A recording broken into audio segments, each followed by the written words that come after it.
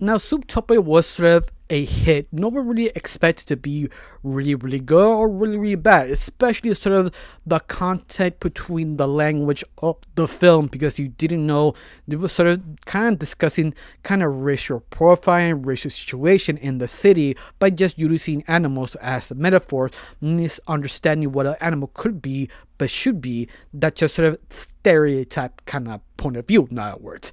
Because of this, they allow a lot of things to be more extra creative. How an animal fits in this world, how a giraffe or elephant or a panda or just a mouse, how they live in this world while killing each other, even that predators or prey are natural enemies on realistic life, and how you educate that a very fun way.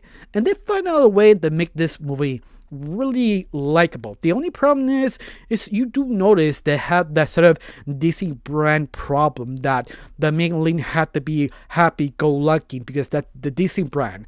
Because of the Disney brand, it kind of ruins a little bit the movie, because after you find out and release all the latest scenes and all the original idea of the original Zootopia, you have noticed the last version of Zootopia is focused by Wild Fox, basically looking at sort of the negative side of Zootopia, but done a very creative, interesting, and maybe depressing way. But it makes sense, because the more the little clips go to explain how this world works, the more interesting and more hopeful it going in that direction. But Disney, being Disney, decided to shut that down and make Hops main lead and make her happy, because that's the Disney brand. And that's, I think, the sort of maybe the reason why I kind of like or dislike Zootopia. Is one of those that have so much potential, but because the Disney brand always a front and center, kind of ruin the potential to being good to being amazing, in other words. And the fact some fans pointed out and realizing, can I make a good Zootopia sequel or inspiration in Zootopia movie? In a way, yes. In fact, not just one. There are multiple different takes of Zootopia in the fandom, like AUs, fan-made films, comics. I think one of the most kind of controversial one that called I Survive, that sort of Brazilian manga comic that everybody was sort of kind of offended. Some people are defending it was good, even that it's a Brazilian comic. If you know anything about Brazilian entertainment, Pacific comics usually are memeable people who like memes and just don't take it serious, and that's the point of that comic. Or Boys Like You, there's another take that was really interesting, but the only problem is that crash and burn because they have some issue behind the scenes, could not fix it, and just could not finish the project. Or there have been others like Return to Zootopia from Browntable.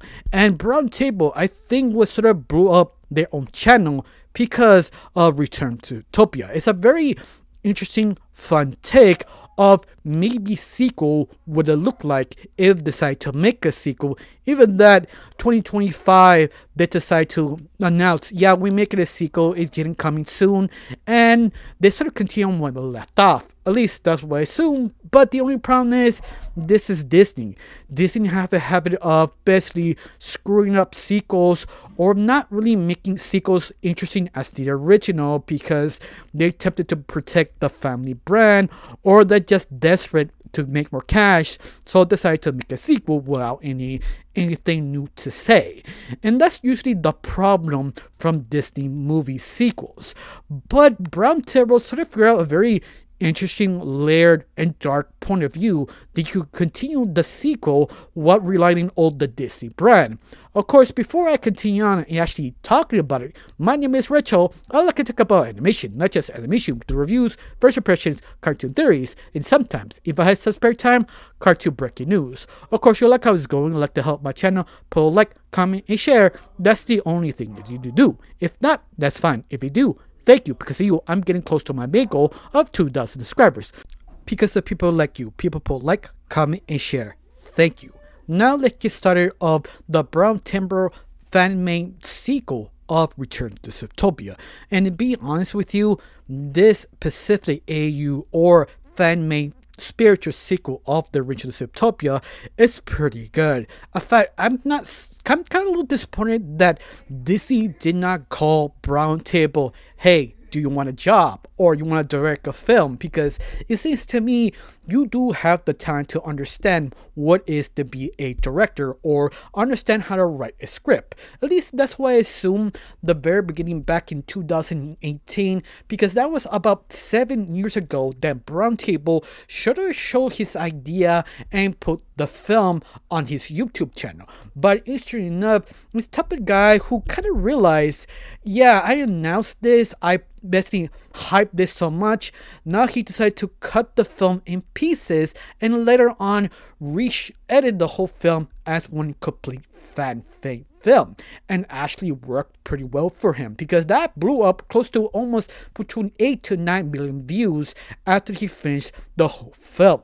But other than that, do I recommend it, or is still good that I remember it?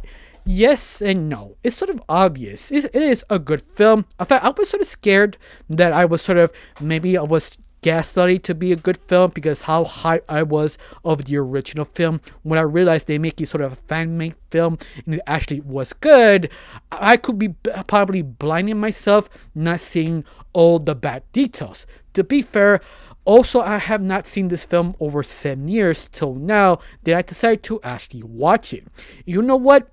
I have too much worry because this was still as good, but yet I now better see the flaws of this fan-made film because it's still good. It's just sort of maybe a little bit the pacing for certain scenarios and sort of the choices. It was sort of strange, but yet it kind of makes sense why they made that choice because I feel they realized they made a mistake in trying to correct it later on.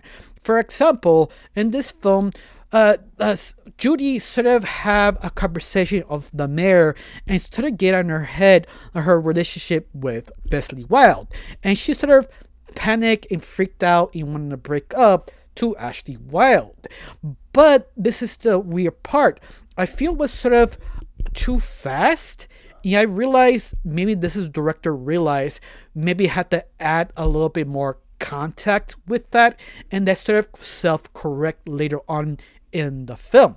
And that's what I mean. You have little weird choices and automatically correct later on, even that they should come back and rechange that, but they choose not to. It's a weird choice you see sometimes, but yet you have to realize this still is indie independent. Even that is still very incredible. Even that the animation is not that great. In fact, it's mostly this is sort of motion comic animated. If you don't know what I mean, motion comic, it's basically you never read a comic but you never see someone dub that comic on YouTube. It's exactly like that, but it feels something like kind of like a motion comic meets a basically boarded or motion animation for test of the film, and that's what it feels watching this because the character don't really move this slight back and forth tilt. Sometimes they do have animation, but only select moments that it makes sense. It's a very interesting watch, even that it's kind of weird sometimes, but the writing, the voicing, the editing, and the music was so selected perfectly, you don't mind sort of the awkward stuttery moments. Better yet, it's sort of awkward to Hunger Force the first couple of seasons if you watch that original series. When you watch that, you understand how this fan-made film was sort of done, but yet it works very well. Of course, you're wondering what is this story make this actually pretty interesting. Well, it sort of continue on the first one a very unique way. They kind of continue of the relationship of Wild and Judy, wondering this relationship could work, that Wild couldn't ask Judy. In between that, you have a sort of a mystery in between the relationship, asking yourself what happened in Amberdale if it's connected to the new mayor, Walker, because a Walker is a new interesting villain. Not just him, you have two villains, the mastermind and the henchman who runs everything, but they're interesting is because how they connected to Miss Wetbetter of the last villain of Zootopia 1. But everything is sort of connected just super well. It just sort of kind of interesting and fascinating, especially the relationship of Judy and Wild. How everybody just sort of judging them, sort of this is a bad idea or not idea every time they hold hands, or how close they Wild is to Judy. People question him. Even that they point out how the world is sort of strangely big for these two creatures. Even that is a fox and a rabbit. How they use a car, how they sit it down.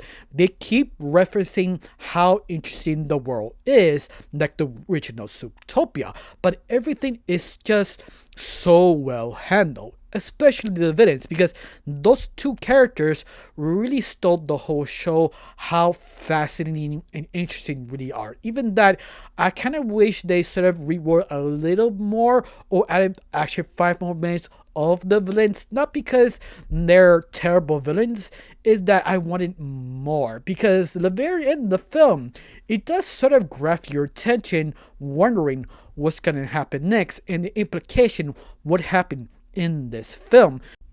Now, this is major spoilers in the film. Of course, this Fandom film have been almost 7 years. If you've not seen it, this is the time to just get out and watch the film and come back, finish this sort of kind of review of the Fandom film. If you had it or you just don't care, I'm not gonna talk about the main villains, who they are, and sort of the connection from Miss Webbetter, because Walker and Mike is very interesting villains because both of them don't care about each other, but they need each other to function whatever they need to be done. For example, Mike is sort of extremist belief of Miss Webbetter. He willing to sacrifice himself and his own comrades to help Miss Webbetter to escape of prison and basically rechange Zootopia of her image. But this is what Walker comes in, that he was a very interesting villain, how they took down, and all connected to sort of his mental state, how he was treated, how he sees people who are no home, people homeless, how he treats it, how he sees it as sort of kind of mental illness that must be terminated to save the city. Once again, sort of connecting to Miss Wetweather, kind of mental connection of her own themes. It almost feel Mike and Walker are sort of the extended arms of Miss Wetweather, even that she doesn't exist in the film. I mean, she does, but she doesn't show up. She doesn't say anything. She just reference she's there. But you feel it's her presence that makes these two characters interesting. It feels it's basically a part of her, and that's just so interesting, especially Walker, that the reason why he become mayor is not because of Miss Wellbetter, but at the same time it's sort of connected because he is sort of a traction veteran who is kind of broken, especially how he was treated by his father, his family, and the reason why he kind of burned down his home and killed his parents. Even like he was sort of treated for help, but not realizing he was not technically cured. He's just sort of misused his own father's ideals and restructured in this mental way to put in the problems he has to the people who have no home or the homeless. And it is very kind of disturbing and very unhinged because the first time you meet Walker, he is just a normal average guy who believes the city can be saved and help many people of their own problems. He's a type of person who wants to help the poor, but he almost pointed out, is he helping the poor or using the poor? And this is the point of Wild points out because he doesn't trust him. Something about him doesn't feel right. He cannot point his finger, but it's sort of hard to focus because he's sort of kind of dealing with Judy, his relationship. Should I ask her out or not? especially how people react even holding hands of these two different species. And that is just sort of interesting because Walker, the mayor, used that his own advantage to mess up Judy and make her basically walk away of this sort of situation, mystery what happened of the Maladillo in sort of the new home center. Everything just sort of connects a very interesting psychological way that just sort of interesting. Of course, this film is kind of PG-13. That's sort of what it says of the kind of profile down below. In fact, you know what? Yeah, because he does use guns, but he never swears. He does use blood, psychology, and little things here and there that it feels like a PG-13, but yet it feels still a PG. It's one of those that you could argue this could be a PG film or a PG-13. Could be either or, just through sort of changes becoming PG. But other than that, this film is still interesting, especially what they did with the second villain, Mike, because Mike, he doesn't been there that much. I said at the beginning, he's the guy who set up everything, but the really master of everything was going on is Walker. But this the interesting part. The little bit they have of Mike of this film, that's all you need. To me, Mike has a better beginning that he is extension of Miss Welbo. That belief, that sort of disturbed, they have to get rid of all the carnivores in the city. You have to cleanse the city, whatever he must do. Even that he becoming sort of the sacrifice of Miss Weatherfeather to make her get out. And this is the reason why he willing to work with Walker. Even that you realize Walker is sort of unstable. In fact, how to describe Walker is sort of kind of like Jason from the Halloween franchise, that the kid was sort of mentally wrong and people believe he got fixed and let go, or semi let go, depends which version you see or which kind of book or comic book or movie you see, because that sort of makes sense. Someone who pretend it's okay, but they're not. But I love that they sort of give you hints at the beginning of the film, little by little, show his backstory, the reason why he thinks that way. He sees his relationship, what's going on with his father, and how Judy used that type of information to stop Walker. He also stopped Ashley Mike. But I love that they add something super unique and interesting that if you watch the whole film, you wasn't really expecting. What I mean is, if you've not seen sort of the last couple of years of Zootopia before they choose this version of it, the original idea of Zootopia is sort of a parody of 007, basically following a sort of kind of James Bond rabbit type kind of character who could be British because it sort of makes sense because it's a 007 parody, but the idea was cancelled because it's just sort of too generic till they realized Zootopia or the city was more interesting than the James Bond parody. That specific character they didn't use, they decided to put it in this fan film, and how they use it, it's just sort of interesting because you didn't know that was the character because he was actually undercover. Till he removes his face, who he is, you just sort of surprised. It's sort of like an Easter egg if you're a hardcore fan of the original Zootopia. You're one of the type of people who kind of looks for more material. What was the idea before it? What is changed? It is basically using that specific thing, but it works so well on the context of this fan-made film because I wasn't expecting it till they actually revealed. I feel like I kind of forgot it because I did watch this the very beginning when it came out. That was 7 years ago, but I forgot he was in the film. Not because he's forgettable, it's that I just years pass. If you don't rewatch the film, you forget. Yeah, I kind of forget he was there in the film and still surprised me. This is what I mean. This film is still very good. It's one of the films you understood Zootopia even better than the original creators because it's sort of obvious. It's not worried about protect the Disney brand. It's more, I'm making a film. It feels better yet what Walt Disney, the creator of Walt Disney, would do. He says follow the story.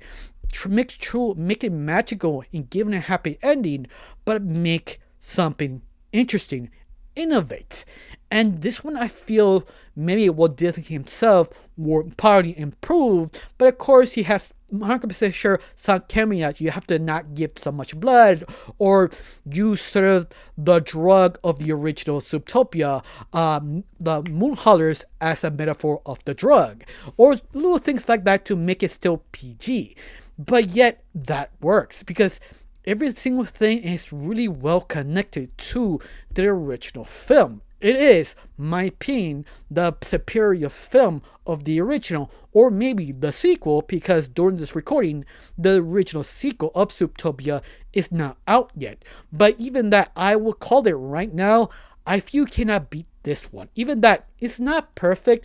There's some moments I feel was sort of not rushed. They took a little bit too long sort of location. I just wish they take out maybe 3 minutes. That's it. Not 10 minutes, just 3 minutes. Just a couple of seconds here or there just to polish the timing. And that's it. And that says a lot about the film. It is that well handled. I just wish they just kind of give it sort of a happy ending, reserve certain things a little too quickly. But even that said, the ending, and they keep the message of the original that just nails it right. Not just give the same original ending or the ideas. I feel this film would upset just well because one of the kind of major problems the original, it doesn't really solve the problem or do something unique with the characters to make it sort of a better answer. What I mean is Judy stays a cop, realizing maybe the cop wasn't maybe the right answer. She should be the mayor, or maybe make her own busy organization to help better things that cops cannot do. And this is what the movie ends with, that idea. Judy and Fox, or Wild, quit their job but decide to maybe become something else. Maybe it's district attorneys, or maybe mayors, or basically making the whole program to help others in Zootopia that cops cannot help. And that is a very interesting build idea that you could make a proper sequel of. How they approach it. What kind of problems do we have in this world? This is what I mean. This sequel, this fan sequel, is still more superior than the original. It has more ideas, more hopefulness, understanding you need the grit to make the positive more stronger. And even how they take the main villain, even they use the same idea of the moon hollers and change it just a slightly, very interesting way to keep it connected to the original film. Because you make a sequel, you have to sort of connect it to the original, but they did it in a way that is interesting. This film, I have to say, I have to give it 8 out of 10 or 9 out of 10 because, once again, it's not perfect. There may 1-2 moments pacing. It also is not animated. It just sort of slides-ish in a way. It's more heavy edited to give you illusion to animate it. But even that said, the writing, the audio, the performance, it is good. This is the reason why I say sometimes I prefer the writing than the animation, because sometimes the animation is not the most important. It's good to have animation, it's good to have fluency, but doesn't mean squat if the writing and the performance is not there. And that's what they chose, the writing and the performances of the voice actors. It really feel they elevated the work more than the original. In fact, have you seen Return to Zootopia, or you ever heard of the channel Browntable? Because it is one of the best fan-made film I have seen. I don't know you. Have you heard this actually project, or what other project of AU or fan-made film of animation you know of? Tell me down below. Let me know. Of course, before I end this, I would actually mention one thing. If this video gets popular enough, I'll probably do other Zootopia kind of fan-made projects, maybe talk about them. Depends how many people like this one, so to continue talking about them. But for right now, let's see what happens next and see how many people like this video. Of course, I got nothing else to say. Just thank you for watching. Don't forget to subscribe and have a wonderful day. Bye.